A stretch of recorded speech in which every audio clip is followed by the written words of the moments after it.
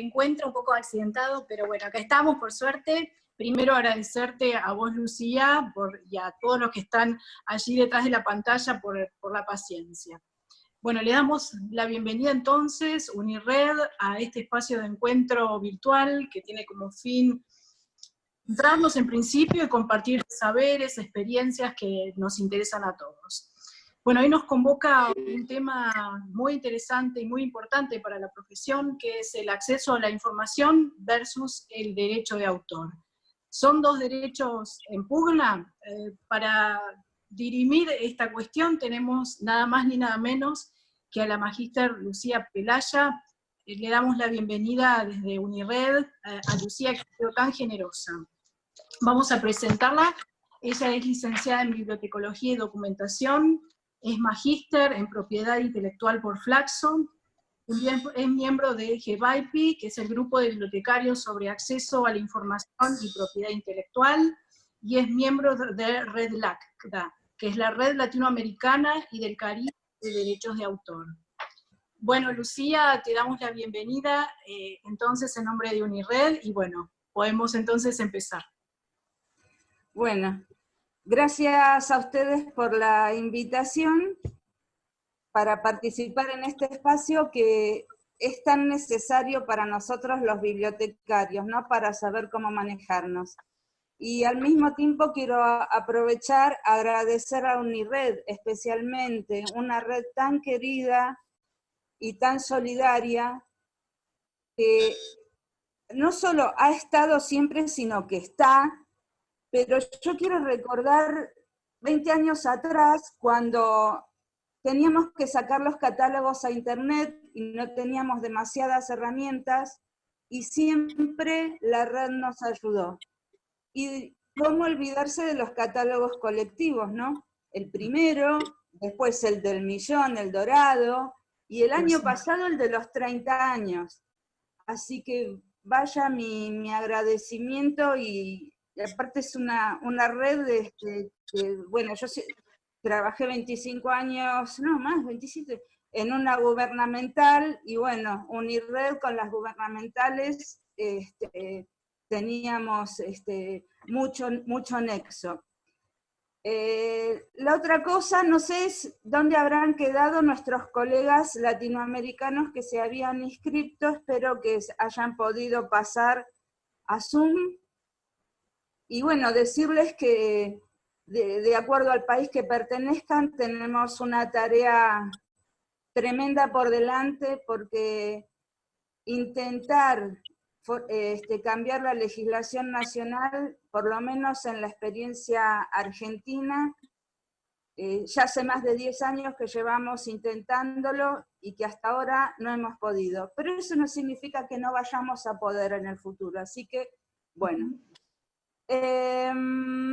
¿Por qué elegí este título? Así a modo de pregunta, y lo vamos a ir viendo durante la charla, pero el tema es que la tensión entre estos dos derechos se presenta en las bibliotecas porque afecta los servicios y los productos que brindamos en las bibliotecas. Y yo había armado este recorrido. Primero, ver los tratados internacionales que protegen el derecho de acceso a la información, y ver los que protegen el derecho de autor. Ver qué permite la legislación nacional y los tratados internacionales y cómo impactan en las actividades de las bibliotecas. Y finalmente quiero contarles cuál es la visión desde el análisis económico del derecho de la propiedad intelectual, porque les va a aportar una perspectiva diferente para poder entender por qué pasan estas cosas. Bueno, y ahora voy a dividir la pantalla, y por ahí necesito una ayuda. Voy a compartir. Aquí tengo lo que quiero.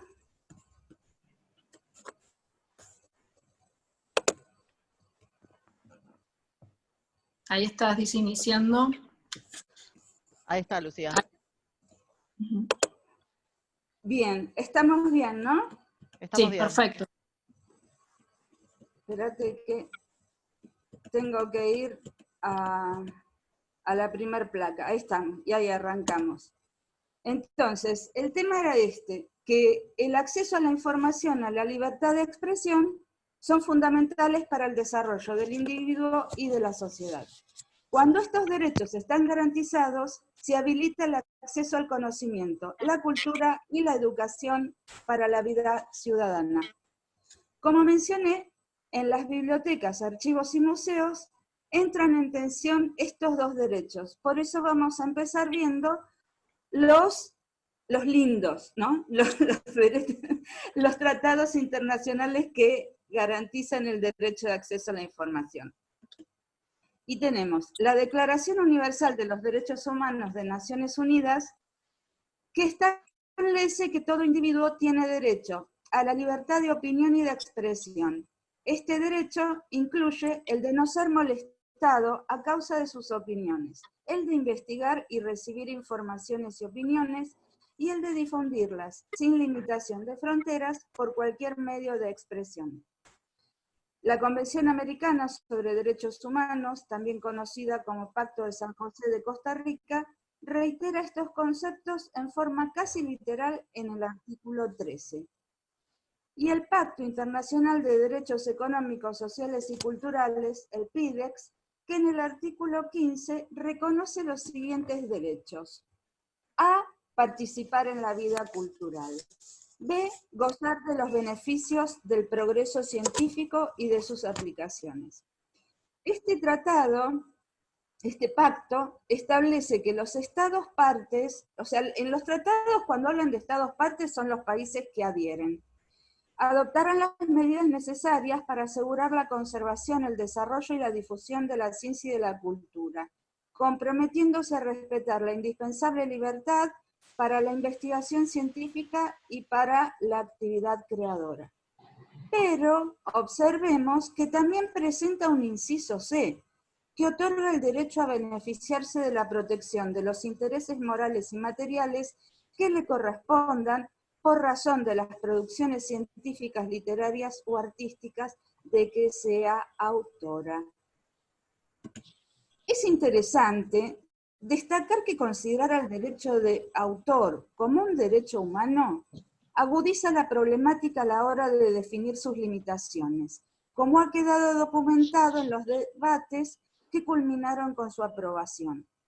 Pero en noviembre del 2001, el Comité del PIDEX, reunido en Ginebra, elaboró un documento denominado Cuestiones sustantivas que se plantean en la aplicación del PIDEX. Documento que aborda las medidas a adoptar justamente en relación al apartado C que les acabo de presentar, en especial a la relación entre los derechos humanos y las cuestiones relativas a la propiedad intelectual. Y dice, en contraste con los derechos humanos, los derechos de propiedad intelectual son generalmente de índole temporal y es posible revocarlos, autorizar su ejercicio o cederlos a terceros.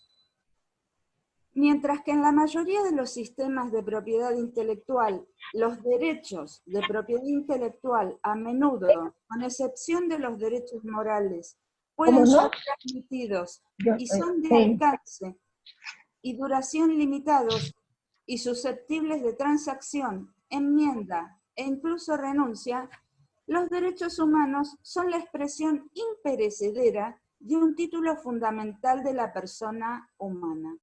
Por eso, específicamente extracté este fragmento que ustedes ven acá en la placa. Es importante, pues, no equiparar los derechos de propiedad intelectual con el derecho humano reconocido en el apartado C de este artículo 15. Ahora veamos cómo se refleja el derecho de acceso a la información en Argentina.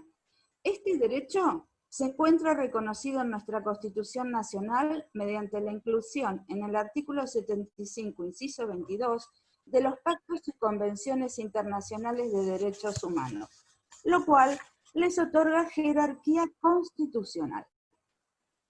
A su vez, la Ley 27.275, promulgada en 2016, reconoce el derecho del ciudadano al acceso a la información pública.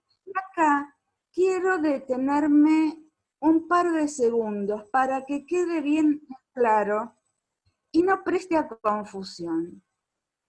El acceso a la información que garantiza esta ley como información pública son los actos de gobierno, solo los actos de gobierno. Lo que busca esta ley es que haya transparencia en la gestión pública. Les doy un ejemplo.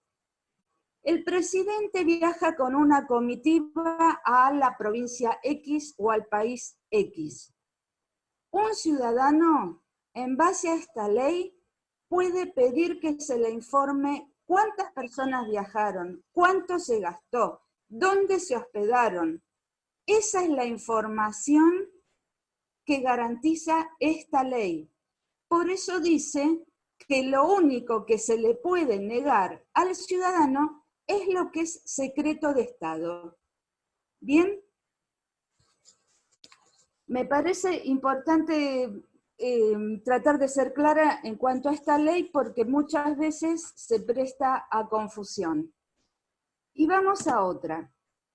La ley 26.032 sobre el servicio de Internet tiene un solo artículo y establece que la búsqueda, recepción, difusión de información e ideas de toda índole a través del servicio de Internet se considera comprendido dentro de la garantía constitucional que ampara la libertad de expresión. En este punto les quiero contar una curiosidad. El viejo Código Civil de 1871, traten de imaginarse lo que les voy a decir, decía que la propiedad del suelo se extiende a toda su profundidad y al espacio aéreo sobre el suelo en líneas verticales. ¿Se imaginan lo que era esto? Vos tenías un terreno y eras dueño de ahí para abajo y de ahí para arriba. ¿Pero qué pasó? Pasaron los años, llegó la tecnología, las ondas electromagnéticas y la aviación se desarrollaron sin que el dueño del terreno de aquí en más pueda impedir o cobrar por el uso de ese espacio aéreo. ¿Se imaginan un avión pidiendo permiso para volar por arriba de su terreno?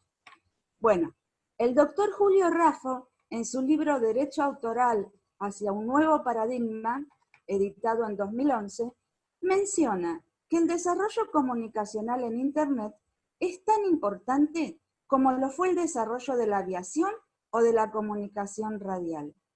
Y cito, por esta razón, debemos aceptar que el desarrollo y el uso del ciberespacio ha generado una nueva situación social y comunicacional, que también implica una nueva restricción al alcance de derecho de propiedad, en este caso intelectual, vigente antes de su irrupción. Y se los comento porque el doctor Raffo ingresó un proyecto de ley al Congreso Nacional en el año 2012.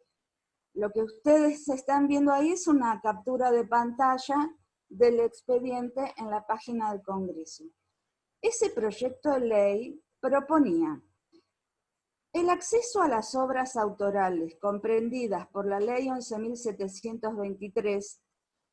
Para los colegas de otros países, esa ley es la que regula el derecho a autor. Bien, o su uso mediante la red de Internet, realizado en forma individual o en la intimidad del hogar, en el ámbito escolar, universitario o bibliotecas de acceso público y gratuito, con la finalidad exclusiva de instruirse, educarse, informarse, entretenerse o emocionarse, y con inclusión de cualquier modalidad de utilización comercial o uso público de las mismas, constituye el ejercicio del derecho de acceder a la cultura, y en ningún caso podrá configurar un acto ilícito aun cuando el usuario realizare una única copia en un archivo digital en su ordenador personal y la misma no fuere utilizada con fines comerciales o de lucro. Tampoco será punible el facilitar este acceso cuando el mismo se ofrezca gratuitamente al usuario. ¿Vieron qué lindo? Bueno, imagínense, nunca recibió tratamiento, así que chau, no hay más proyecto. Bien, Hasta aquí tenemos los tratados que garantizan el derecho de acceso a la información. Y en este contexto, las bibliotecas garantizan el acceso a la información por parte de la comunidad a la cual prestan servicio, y a su vez, el bibliotecario tiene como misión fundamental e irrenunciable satisfacer las necesidades de información del usuario. Pero si bien el derecho al acceso a la información y al goce de los bienes culturales está garantizado por los convenios que mencioné, el ejercicio de los mismos se ve afectado por la legislación de derecho de autor, generando tensión de intereses. ¿Entre quiénes? Entre los titulares del derecho y la sociedad. La legislación sobre derechos de autor, como dijimos, en algunas situaciones colisiona contra el acceso porque incide en la mayor parte de las tareas que realizan las bibliotecas, afectan los servicios que se proporcionan al usuario y a las condiciones en que se debe brindar ese acceso. Afecta el modo en que las bibliotecas pueden actuar en relación a las actividades de conservación y preservación. El sistema de propiedad intelectual establece incentivos al creador, generando monopolios legales por el tiempo que fije la ley, con el fin de promover las ciencias, la cultura y las artes. Pero esta legislación debe ser interpretada como un medio y no como un fin en sí mismo, ya que el sistema de propiedad intelectual debe ser una herramienta para la promoción del bienestar general, y no un corset que limite su desarrollo. Pero los instrumentos internacionales que regulan el sistema de la propiedad intelectual, con el paso del tiempo, se han tornado cada vez más estrictos y rigurosos. Los bibliotecarios debemos estar atentos y conocer el texto de los tratados internacionales a los que adhiere, bueno, en este caso Argentina, o el país de los que ustedes, colegas, provengan. Porque todos tienen un capítulo referido al derecho de autor que finalmente obliga a adaptar la legislación nacional para cumplir con lo que se ha firmado en el tratado. Mientras más se fortalezcan las medidas que favorecen a los titulares del derecho, más se vuelve imperativa la inclusión de excepciones a fin de garantizar el equilibrio entre dichos actores y la sociedad. ¿Pero qué es la propiedad intelectual? ¿Es sinónimo de derecho de autor? No. Veamos. La propiedad intelectual engloba todas las creaciones de la mente y se divide en dos ramas, la propiedad industrial y el derecho de autor y derechos conexos. La propiedad industrial incluye las patentes de invención, las marcas y los modelos y diseños industriales. El derecho de autor abarca las obras literarias y artísticas, tales como textos científicos, novelas, poemas y obras de teatro, películas, obras musicales, obras de arte, tales como los dibujos, pinturas, fotografías y esculturas, y los diseños arquitectónicos, los programas informáticos y las bases de datos. En Argentina, el plazo de protección es la vida del autor más 70 años post-mortem.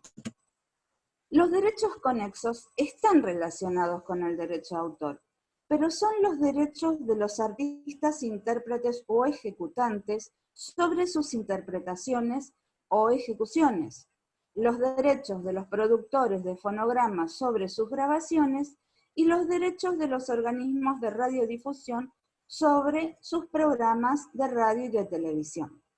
En Argentina, el plazo de protección de las interpretaciones y ejecuciones fijadas en fonogramas corresponde a los artistas intérpretes por el plazo de 70 años a partir de su publicación. Este plazo se modificó en el año 2009, ya que hasta ese momento era de 50 años. Si bien el copyright se asemeja a nuestro concepto de derecho de autor, mantienen diferencias entre ellos. El copyright proviene del derecho anglosajón o common law y su prioridad es la explotación económica de la obra y concede a los autores escasos derechos morales, solo el de paternidad y el de integridad, que ya veremos de qué se trata. El concepto de derecho de autor proviene del derecho continental o codificado, que es el nuestro. Aquí lo primordial es la retribución al esfuerzo intelectual del autor. En esta tradición se considera que el derecho de autor es un derecho personal, un derecho que forma parte de los derechos humanos y otorga a los autores una gama más amplia de derechos morales. ¿Pero qué diferencia hay entre derecho moral y derecho patrimonial? Miren, es muy importante saberlo, porque las excepciones solo aplican sobre los derechos patrimoniales. Bueno, veamos primero cuáles son los derechos morales. Estos protegen los intereses del autor como persona y son paternidad. El nombre del autor debe mencionarse siempre junto a su obra. Integridad. El autor puede oponerse a cualquier deformación, mutilación o modificación de la obra, como así también a cualquier alteración que cause perjuicio a su honor. Inédito. El autor puede divulgarla o mantenerla en la intimidad. Anónimo, seudónimo. Retracto. El autor puede retirar la obra de circulación, aún después de haber cedido los derechos para su explotación, pero indemnizando al editor por los perjuicios que esto le ocasione. Estos derechos son imprescriptibles, inalienables e irrenunciables. Los derechos patrimoniales protegen los intereses económicos del autor respecto a la explotación de su obra, y comprenden la reproducción, traducción, adaptación, ejecución o interpretación pública, radiodifusión, comunicación al público, distribución y alquiler, y el droit de suite o derecho de reventa que no está contemplado en la legislación argentina y suele ser usado para la venta de obras pictóricas en esas casas de remates tan famosas. Bien, estos derechos son transmisibles y su duración es limitada. Como les mencioné anteriormente, los tratados internacionales sobre derecho de autor impactan sobre la legislación nacional y voy a referirme brevemente a ellos. El más antiguo y considerado la piedra fundamental del derecho de autor es el Convenio de Berna. Se redactó en el siglo XIX cuando los países exportadores de material protegido por derecho de autor se plantearon la necesidad de concertar acuerdos internacionales para proteger sus intereses comerciales y fue adoptado en 1886. La finalidad del convenio es armonizar las legislaciones de derecho de autor de las partes contratantes, las cuales quedan obligadas a incorporar en su legislación nacional un nivel mínimo de protección, pero tienen la facultad de ofrecer una protección más amplia si así lo deciden. De esta forma, establece que el plazo general de protección por derecho de autor es la vida del autor más 50 años contados a partir de la muerte del autor, calculados a partir del 1 de enero del año siguiente al de la muerte. Plazo que puede ser superado, pero nunca disminuido. Por eso, en Argentina ese plazo es de 70 años y en México, por ejemplo, es de 100 años. El Convenio de Berna establece la regla de 3 pasos y define las condiciones que se deben cumplir para ejercer excepciones o limitaciones. Paso 1. La reproducción de una obra solo puede permitirse en determinados casos especiales. 2. La reproducción no debe afectar la explotación normal de la obra. 3. La reproducción no debe causar un perjuicio injustificado a los intereses legítimos del autor. Estos 3 pasos se tienen que cumplir en su totalidad. Pero, lamentablemente, esta regla no fue incorporada en nuestra ley 11723 y es una pena porque nos permitiría establecer excepciones para las bibliotecas. Después tenemos la Convención Universal sobre Derecho de Autor, que fue impulsada por Estados Unidos y su objetivo fue establecer una protección multilateral mediante la cual algunos países no integrantes del Convenio de Berna pudieran adherirse. Pero finalmente este instrumento perdió importancia cuando prácticamente todos sus Estados miembros se adhirieron a Berna y posteriormente al ATPIC, que vamos a ver ahora. Pero sí se mantiene vigente el uso del símbolo C, la letra C dentro del círculo, acompañando el nombre del titular del derecho de autor y de la indicación del año de la primera publicación, lo cual demuestra que los derechos están reservados.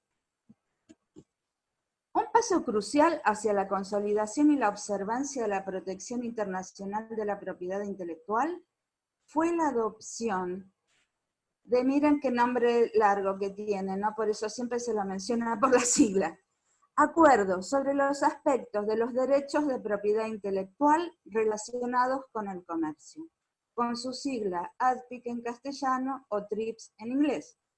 Dicho acuerdo se firmó en Marrakech en 1994 y es administrado por la Organización Mundial del Comercio, que fue creada a tal efecto. Fue la primera vez que la palabra propiedad intelectual apareció relacionada a los temas de comercio internacional. Y eso marcó un antes y un después. Ya nada sería igual. Su finalidad es establecer condiciones mínimas de protección de la propiedad intelectual en el plano mundial. Este sistema no reemplaza, sino que complementa los convenios ya existentes y obliga a los países que no han dictado normas de protección de la propiedad intelectual a introducir esa protección si desean participar en el sistema mundial de libre comercio y ser miembros de la OMC. O sea, el que no firmaba, el que no adhería, se quedaba fuera del comercio internacional. Como el convenio de Berna no imponía obligaciones, se hizo necesario conformar este nuevo tratado que estableciera disposiciones sustantivas sobre la observancia y la solución de diferencias. Tiene una sección referida al derecho de autor y conexos, donde recoge las disposiciones fundamentales del convenio de Berna. Para que se entienda cómo impactan estos tratados en la legislación nacional, les cuento que a raíz de haber adherido a este tratado, Argentina tuvo que modificar su ley de patentes. Y si tenemos algún colega mexicano en este momento, sabe que en el día de ayer se modificó su ley de derecho de autor por haber adherido al tratado, al T-MEX, Tratado México, Estados Unidos y Canadá. Así que, ¿por qué yo siempre les hablo de los tratados? Porque atrás del tratado viene la inclusión de la modificación en la ley de derecho de autor. Bien, ahora les voy a presentar dos tratados conocidos como los tratados OMPI de Internet, y son el WCT y el WPPT. En esta placa estamos viendo el primero de ellos, el WCT, que es la sigla en inglés, o si no, TODA, que es la sigla en castellano. Bien, este entró en vigor en 2002, obviamente está administrado por la OMPI. Y actualiza el convenio de Berna al entorno digital. Eso era lo que hacía falta, actualizar Berna al entorno digital. Las modificaciones que incorpora este tratado, el WCT, se refieren a los programas informáticos y bases de datos que quedan expresamente protegidos como obras literarias y artísticas. El WCT es el primer instrumento internacional que contiene disposiciones sobre medidas tecnológicas de protección, los TPMS, y gestión de derechos digitales, los DRMS. Pero fíjense en la placa, también toma las excepciones de acuerdo a la regla de los 3 pasos. Ahora, ¿qué son las medidas tecnológicas de protección? Bueno, estas desempeñan una doble función según su naturaleza. Por un lado, impiden la copia no autorizada, y por el otro, protegen determinados tipos de información que acompañan la obra y contribuyen a identificarla. determinar los usos que de ellas se hacen y recaudar regalías. En definitiva, ambas funciones tienen por finalidad velar por la observancia de los derechos de los autores en el entorno digital, pero conserva la regla de los 3 pasos. Les cuento que Estados Unidos incluyó la protección a los TPMS en su legislación nacional. El otro, el WPPT, lo que hace es ofrecer mejores niveles de protección para los derechos conexos en el entorno digital y también entró en vigor en 2002. Este tratado actualiza la Convención de Roma al entorno digital y les cuento. Roma es a lo que es interpretación, ejecución y fonogramas, lo que es Berna para obras literarias y artísticas. Bien, conserva la regla de los 3 pasos también. Y ahora les voy a presentar un tratado, pero les aclaro, esto no es un tratado de protección al derecho de autor, todo lo contrario, es un tratado que genera excepciones. Bien, fue adoptado en 2013, entró en vigor en 2016, Argentina adhirió por la ley 27.061, pero todavía no ha sido incorporado a la 11.723, a pesar de contar con media sanción del Senado.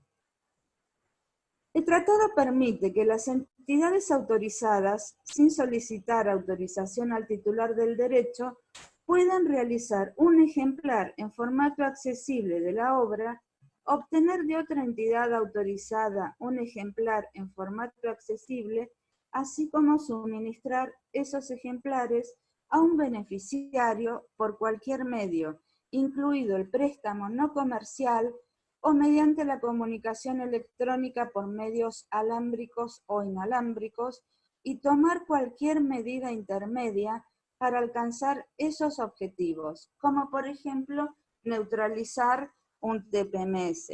Bueno, quedó en la placa y yo no lo nombré. ¿Para quién son las excepciones? Para facilitar el acceso de obras publicadas a las personas ciegas con discapacidad visual o con otras dificultades para acceder al texto impreso. Y ahora les quiero contar que en la OMPI, que es la Organización Mundial de la Propiedad Intelectual, creo que no lo había dicho, hace varios años se están discutiendo nuevos tratados. Cuando hablamos de que hace varios años se vienen discutiendo, ya estamos viendo que parece que va a ser muy difícil que se concrete, porque si no, no llevarían tantos años discutiendo. Uno es de excepciones para bibliotecas y archivos, y el otro es para instituciones docentes y de investigación. Yo voy a ir pasando sin mucho detalle, salvo los más raros, digamos. Cada una de estas entradas es el título de una excepción. Me voy a detener en el primero, que es importaciones paralelas, porque no estamos acostumbrados a hablar de esto, porque importaciones paralelas es un concepto del comercio internacional. Y les voy a poner un ejemplo para que les quede claro. La biblioteca tiene que comprar un libro importado y la filial de la gran editora internacional que está en Buenos Aires, o en Argentina, no importa en qué provincia, tiene ese libro a un precio. Pero la filial autorizada de esa misma editorial que está en otro país, no sé, Paraguay, Uruguay, lo que sea, lo tiene más barato. Esta excepción habilita a la biblioteca a comprarla en la filial que lo tiene más barato. Bien. Usos transfronterizos es fácil imaginarse lo que es enviar un préstamo o un documento a otra biblioteca de otro país. Bueno, préstamo es para que quede bien en claro que una biblioteca debe poder prestar. Derecho a suministro de documentos, queda muy claro. Derecho de preservación de material de bibliotecas, archivos también. Derecho a usar obras y otras materias protegidas por derechos conexos en beneficio de las personas con discapacidades. Uso de obras para educación, investigación o estudio personal. Uso de obras para fines personales o privados. Depósito legal, lo que impulsa el tratado es a impulsar el tema del depósito legal, ¿no? En cuanto a medidas tecnológicas de protección, lo que dice es que no deberían ser un impedimento para que se pueda concretar una excepción de reproducción. Esta es muy importante. Limitación de responsabilidades para bibliotecas y archivos. Fíjense si nosotros la tuviéramos, ¿no? Una biblioteca o un archivo o cualquiera de sus empleados o representantes actuando dentro del marco de sus obligaciones estará protegido de demandas por daños civiles, bueno, en Argentina sería penales, de la responsabilidad criminal y de la infracción de derechos de autor, sujeto a las condiciones señaladas a continuación, siempre y cuando la acción se haya realizado de buena fe. Bueno, aquí viene la parte en que les pincho el globo, porque se hacen 2 reuniones al año en la OMPI, que ahora están suspendidas por el COVID-19, y lo que pasó en la última es que se ve, como les anticipé, que cada vez se ve más lejana la posibilidad de que este proyecto se convierta en un tratado. Porque vemos que los países desarrollados están perdiendo interés y están impulsando a los otros países a que modifiquen su ley incorporando la regla de los 3 pasos. Después fíjense que la Unión Internacional de Editores dijo directamente que no considera necesario un tratado internacional.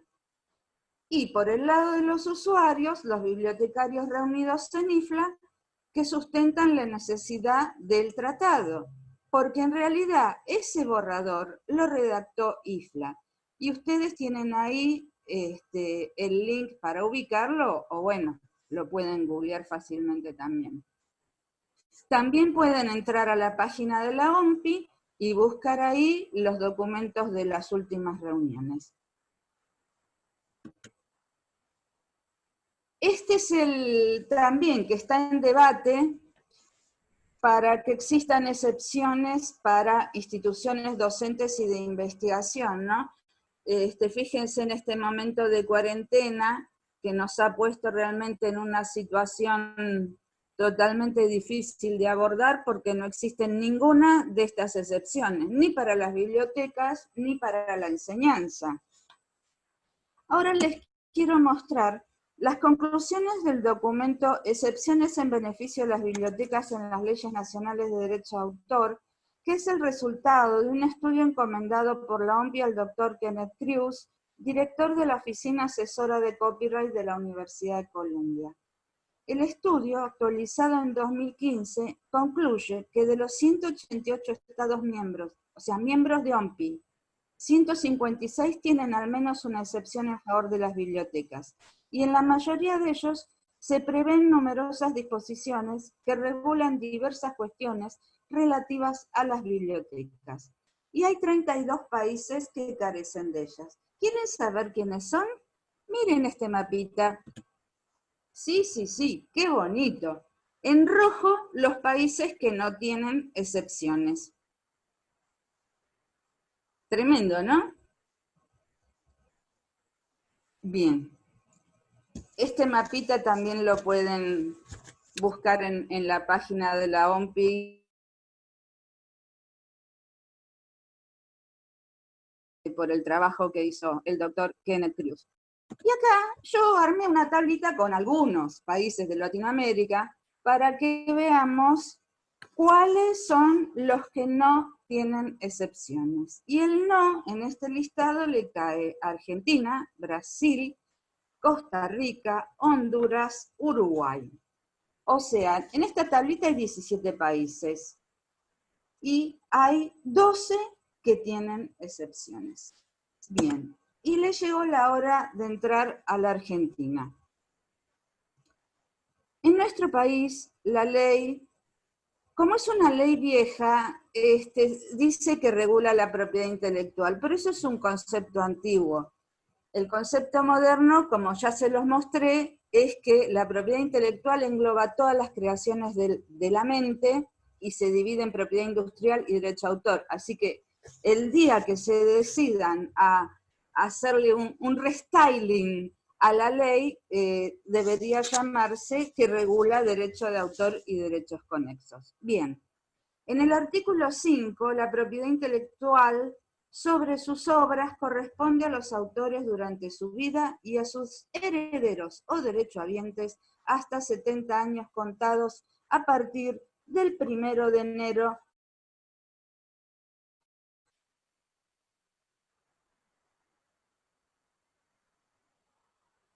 del autor, que produzca sin la autorización del autor.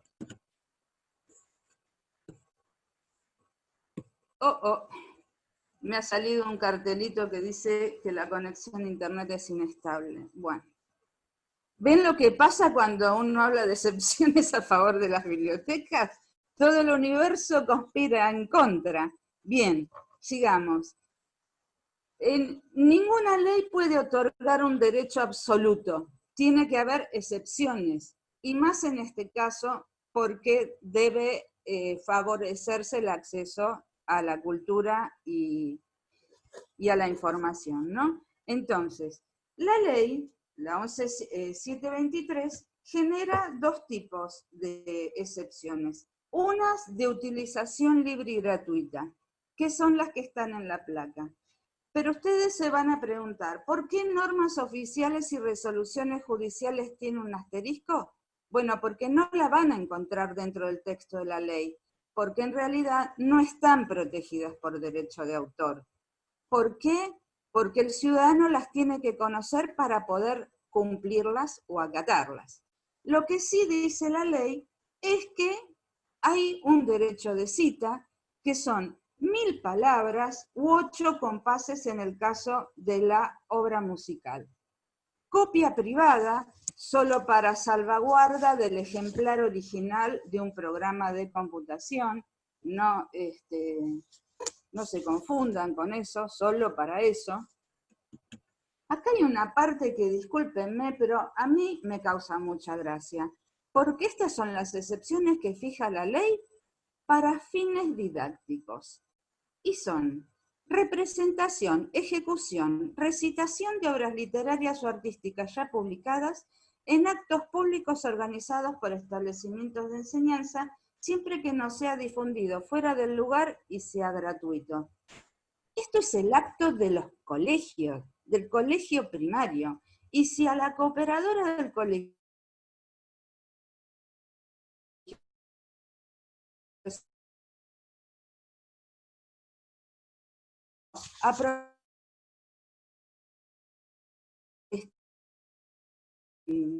un bono de allá, bueno, ya no le va esta excepción. La biblioteca quisiera hacer una actividad de extensión cultural y llamar a alguien a que lea o recite, no le cabe la excepción, porque es solo para un establecimiento de enseñanza. Y fíjense este otro: ejecución o interpretación de piezas musicales en los conciertos, audiciones y actuaciones públicas a cargo de orquestas, bandas, fanfarrias, coros y demás organismos musicales pertenecientes a instituciones del Estado Nacional, de las provincias o de las municipalidades, y que sea gratuito.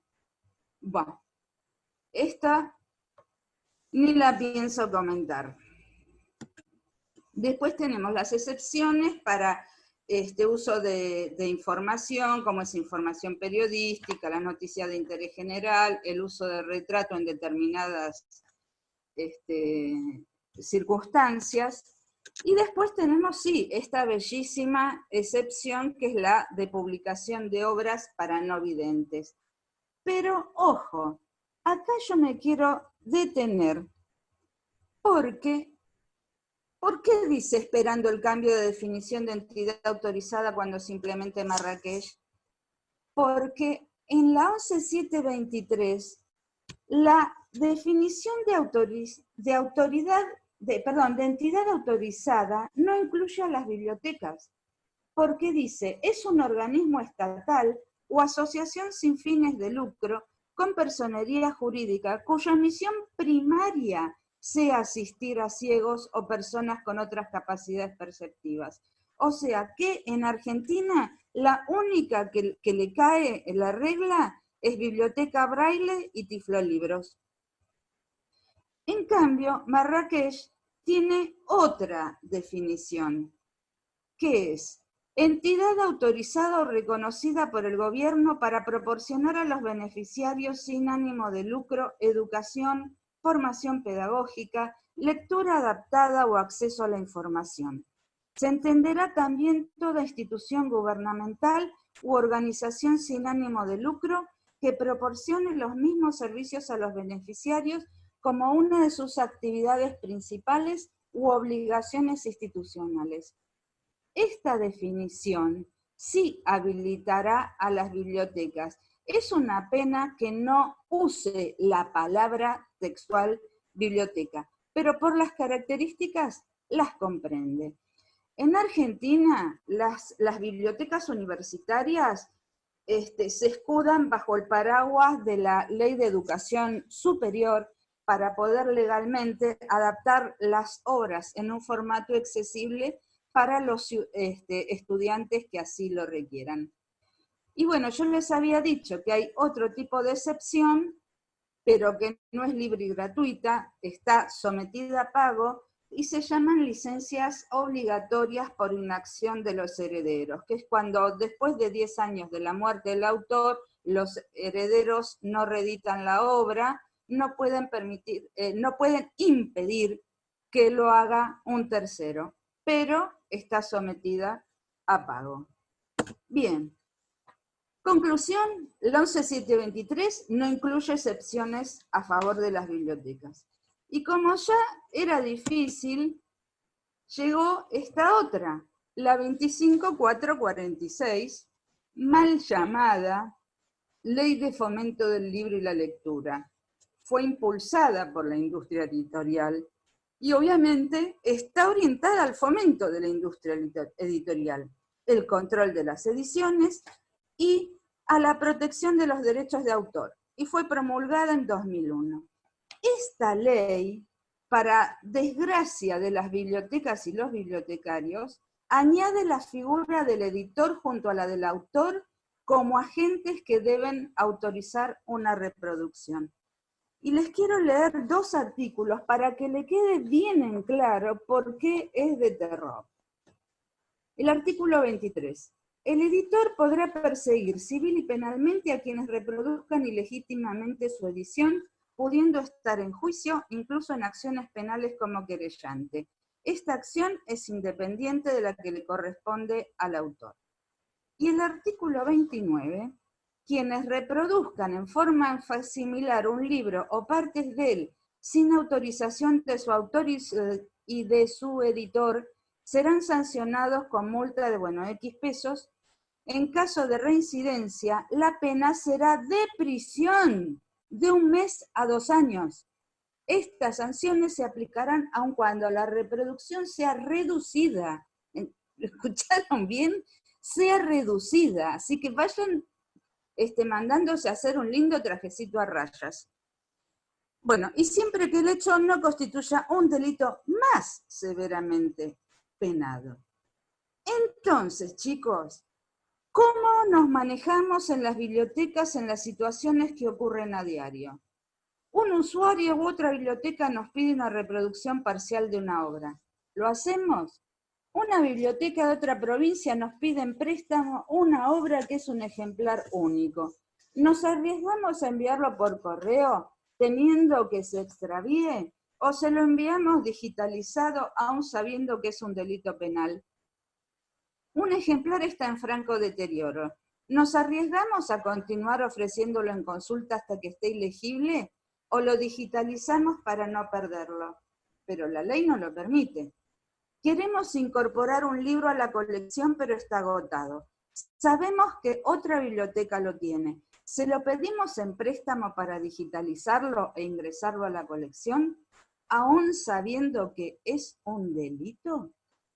Bueno, y podría dar muchos más ejemplos, y ustedes podrían dar chiquicientos ejemplos más. Es evidente que algo tiene que cambiar. Así no podemos seguir. Otros países lo han hecho. Vean la ley que tiene Chile. La modificaron en el 2010 para que sus bibliotecas cuenten con todas las excepciones que necesitan para cumplir con su misión. Ecuador también tiene excepciones para las bibliotecas. Bueno, la única salida es la vía legislativa. La Subcomisión de Propiedad Intelectual, Acceso a la Información y Libertad de Expresión de AGBRA, cuyos miembros la integraron entre los años 2007 al 2017, y me cuento entre ellos, redactó junto al doctor Alejandro Butler un proyecto de ley para incluir excepciones a favor de las bibliotecas en la 11723, que ingresó al Congreso de la Nación en 2010 y perdió estado parlamentario sin haber sido tratado. Se reingresó en 2012 y corrió con la misma suerte que la anterior. Se redactó una nueva versión que incluía una gama más amplia de excepciones y con el apoyo de las 3 grandes bibliotecas nacionales ingresó al Congreso en 2015. Y tampoco fue tratada. ¿Y saben por qué pasa esto? Se los voy a contar en un ratito. Estamos en cuarentena. Algunos volviendo a fase 1. Algunos cuidándonos desde sus puestos de trabajo y otros en sus casas. Pero la necesidad de acceder a la información en tiempo y forma es perentoria. El acceso abierto a la información es imprescindible para las investigaciones de nuestros científicos y para la cultura y el esparcimiento de la sociedad. Las bibliotecas están cerradas o mantienen una guardia in situ o a distancia para responder a las consultas remotas de los usuarios. Cada vez que una biblioteca hace una reproducción parcial a pedido de un usuario u otra biblioteca, incurre en un delito penal, porque la ley 11723 no establece excepciones a favor que les permita cumplir con su misión. Todo sería más sencillo si las bibliotecas tuvieran excepciones. Por eso, en este tiempo, numerosas personas, ONG y asociaciones se han pronunciado en las redes sociales sobre la necesidad de liberar contenidos protegidos por derecho de autor por el tiempo que dure la pandemia. GBIPI, el grupo al que pertenezco, nos ocupamos de reunir firmas para apoyar la petición del doctor Alejandro Butler a tal fin. El ADPIC, el tratado que les presenté, no impide que los gobiernos miembros de la Organización Mundial del Comercio adopten medidas para proteger la salud pública. Asimismo, reafirma el derecho de los miembros de utilizar al máximo las disposiciones de este acuerdo que prevén flexibilidades a este efecto. Entonces, piensen esto. Si ante el riesgo de una pandemia, un Estado queda autorizado para fabricar medicamentos genéricos, quebrando patentes, frente a la pandemia del COVID-19, ¿no sería sensato suspender derechos de autor por un tiempo limitado para poner en acceso libre y gratuito los papers que requieren nuestros científicos o los contenidos que ayuden a transitar la cuarentena por parte de la sociedad? También es importante resaltar la importancia de asesorar a nuestros usuarios investigadores para que publiquen con licencias Creative Commons para que sus obras queden en acceso abierto y conserven ellos todos sus derechos sobre sus obras, porque cuando se lo pasan al editor, pierden esos derechos. Otra buena para la Argentina es que cuenta con la Ley 26.899 de repositorios institucionales, que obliga a los organismos que componen el Sistema Nacional de Ciencia, Tecnología e Innovación a desarrollar repositorios digitales institucionales de acceso abierto, propios o compartidos, en los que se depositará la producción científico-tecnológica resultante del trabajo de sus investigadores, financiada con fondos públicos. Pero me faltó mencionar otro tema. En Argentina, CADRA, Centro de Administración de Derechos Reprográficos, que es una sociedad de gestión colectiva de derechos, a pesar de no estar habilitada por la legislación, actúa de hecho generando contratos entre particulares. CADRA presiona a las bibliotecas para que se asocien y paguen un canon por las reproducciones que realizan. Del dinero que les ingresa, o sea, a CADRA, separan lo que les corresponde a gastos administrativos y el resto se reparte entre los autores. Obviamente, es fácil advertir que las bibliotecas no tienen finalidad de lucro, cumplen una función social, invierten su presupuesto en adquirir material bibliográfico y suscripciones que se brindan a la consulta en forma gratuita y potencian las ventas, ya que son vidriera de las novedades editoriales a través de sus catálogos en línea. Las bibliotecas deben contar con excepciones que les permitan realizar reproducciones sin solicitar autorización al titular del derecho y libres de pago. Ahora les quiero presentar lo que para mí es la frutilla del postre. Les cuento que para analizar el costo social de proteger la propiedad intelectual se utilizan las herramientas que provee el análisis económico del derecho. Vamos a usar su sigla AED. El AED tiene dos vertientes, una positiva y otra normativa. La primera describe el derecho que es, y la segunda, el que debe ser.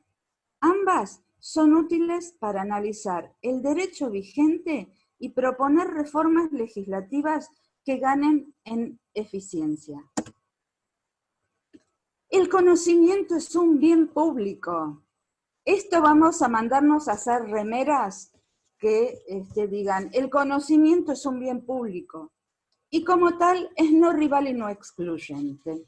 Decimos que es no rival porque el uso por una persona no lo sustrae del uso por otros. Y es no excluyente porque está disponible para todos. Es imposible excluir de su consumo a determinadas personas. Un ejemplo en lo general sería el aire. Y en particular, en cuanto al conocimiento, todos podemos leer la misma obra y no se deteriorará por ser leída por varias personas. Encima generará nuevo conocimiento.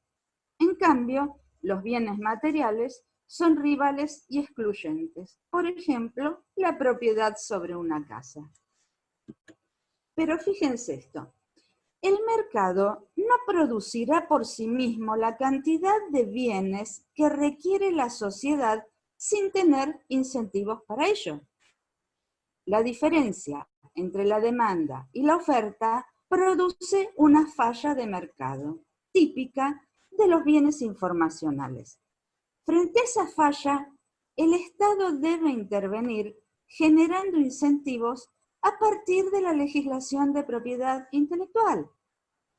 Protegiendo la propiedad intelectual se busca fomentar la generación de nuevos conocimientos mediante el otorgamiento de incentivos y la concesión de monopolios legales por el tiempo que estipule la ley, pero al mismo tiempo regulando que sus beneficios lleguen a la sociedad para que ésta se desarrolle.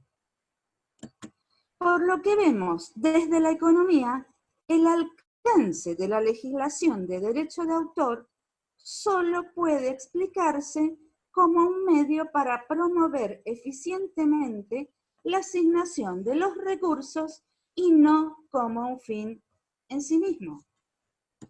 Esta legislación apunta a solucionar el problema del free rider o polizón que se beneficia comercialmente del esfuerzo del creador original sin invertir. Este concepto se vuelve más comprensible si entendemos que los derechos de propiedad intelectual funcionan con una lógica utilitaria económica, ya que la legislación le permite al creador impedir o prevenir que otros reproduzcan su trabajo sin su autorización, compatibilizando los costos de limitar el acceso a la obra y los beneficios otorgados por los incentivos para crear el trabajo original. La duración temporal de estos derechos actúa para balancear los intereses de los creadores y los consumidores. Por eso resaltamos y defendemos la idea de que no es saludable aumentar los plazos de protección. El legislador, orientado a la búsqueda del bien común, debe tener en cuenta tanto la oferta como la demanda, o sea, la generación de bienes y el acceso a los mismos. Una legislación eficiente debe asegurar que los beneficios sociales excedan los costos sociales que los monopolios legales imponen, evitando una transferencia económicamente injustificada de renta desde los consumidores a los productores, ya que los derechos de propiedad intelectual solo deberían concederse para solucionar la falla de mercado que producen los bienes informacionales. Fíjense esta.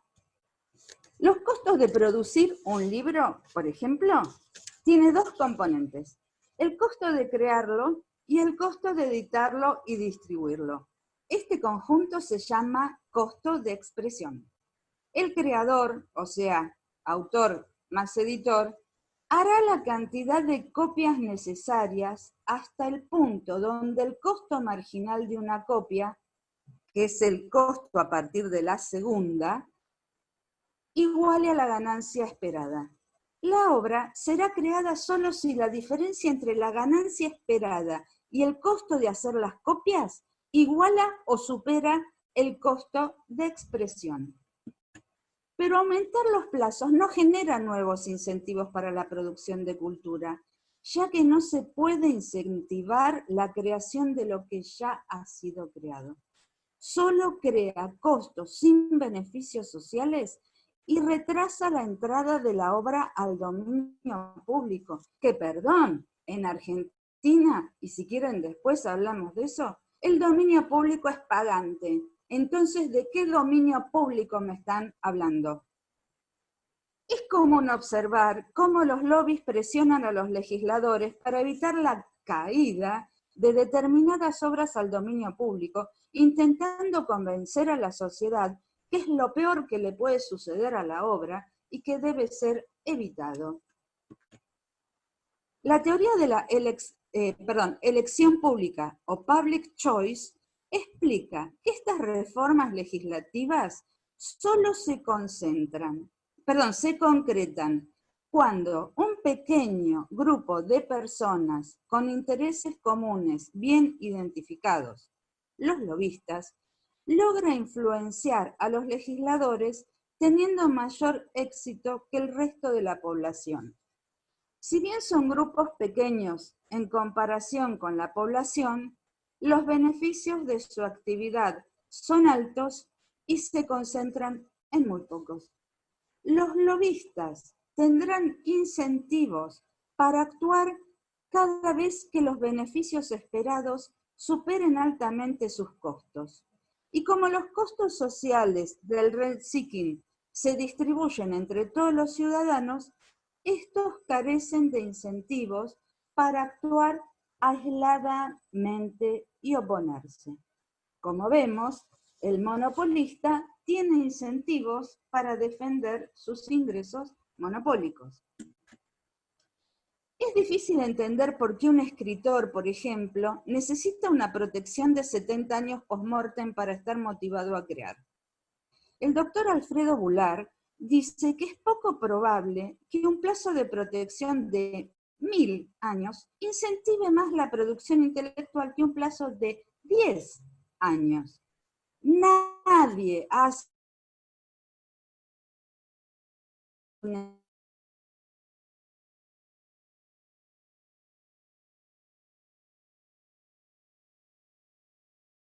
de tiempo de años. Por eso, incrementa su creatividad. Grandes obras del arte y la literatura se produjeron cuando los derechos de autor no existían. Desde Homero hasta Shakespeare, y en relación a los inventos, pensemos en La Rueda o en Leonardo da Vinci.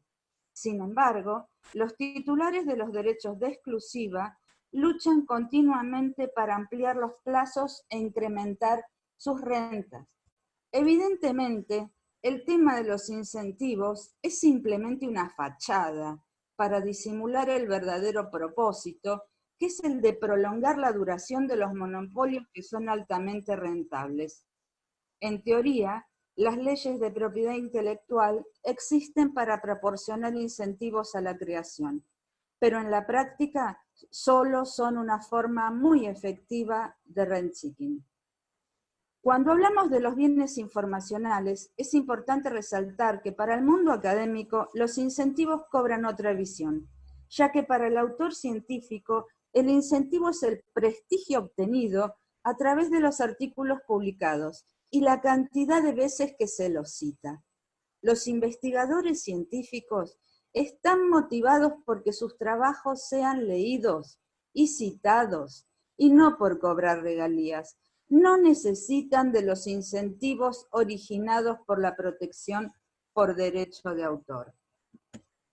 En este contexto se ha abierto un interesante debate sobre la posibilidad de adaptar el régimen del Open Access para la comunicación abierta de los resultados de la investigación científica, e incluso han surgido corrientes que proponen abolir el copyright para los trabajos académicos.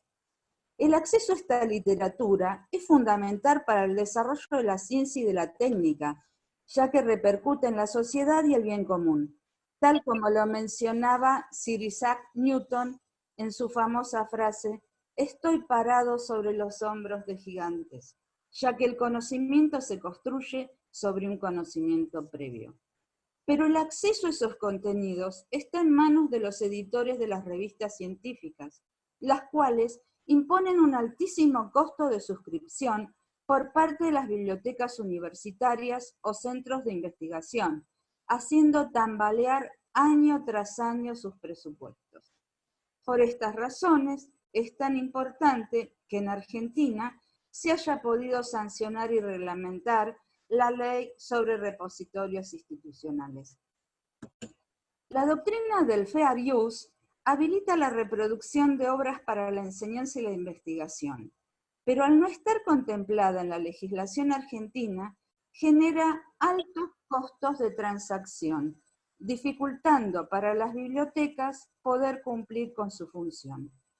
Esta doctrina tiene su origen en la jurisprudencia de Estados Unidos y surge porque identificar, negociar y pagar una licencia al titular es inviable por los altos costos de transacción. Entonces, se concluye que es eficiente permitir el uso sin autorización ni contraprestación. No olvidemos el concepto utilitarista típico de la legislación de Estados Unidos.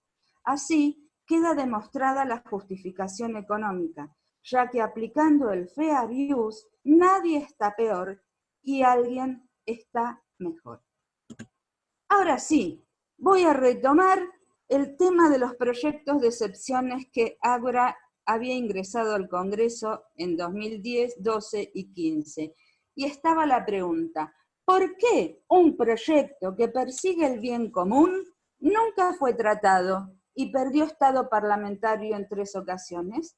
Bueno, la respuesta nos dio la doctrina del public choice o elección pública, que después que se los conté, nos enseña que un proyecto donde por un lado tenemos un actor con beneficios concentrados, los titulares del derecho, Y otro actor con costos difusos, la sociedad, tendrá un lobby presionando a favor del rent-seeking imperante para que este tipo de reformas legislativas no prospere. Actualmente, en las reuniones de consulta sobre el potencial tratado OMPI de excepciones para las bibliotecas, observamos lo mismo. Las bibliotecas conforman un bloque de adhesión y los sectores de la edición se oponen tenazmente. Y aparte tenemos un problema. La sociedad no es consciente de la problemática, porque nosotros en las bibliotecas seguimos brindándole acceso a lo que ellos nos solicitan. En conclusión, los derechos de propiedad intelectual son necesarios, pero las excepciones también. ¿Qué hay que hacer? Hay que contrarrestar la influencia de los grupos de interés pro derechos de autor con grupos de interés pro fair use, aprovechando la tecnología para bajar costos de organización, llegar al público general e influenciar al legislador, y así establecer el balance entre incentivos y acceso. Es necesario resignificar la esencia de la legislación de propiedad intelectual. Los derechos de exclusiva no generan progreso por sí mismos. Lo que genera el progreso es el balance entre estos derechos y el dominio público. Y cierro mi presentación y abrimos el espacio de las preguntas diciéndoles que la historia no está cerrada y los bibliotecarios seguiremos brindando acceso a la información y la cultura a pesar de todo. Pero debemos difundir el mensaje, establecer alianzas y continuar diseñando estrategias que nos permitan alcanzar el objetivo de incluir excepciones a favor de bibliotecas, archivos y museos en nuestra legislación nacional. Y ahora, si el abracadabra no me falla, voy a salir de acá, voy a cerrar esto.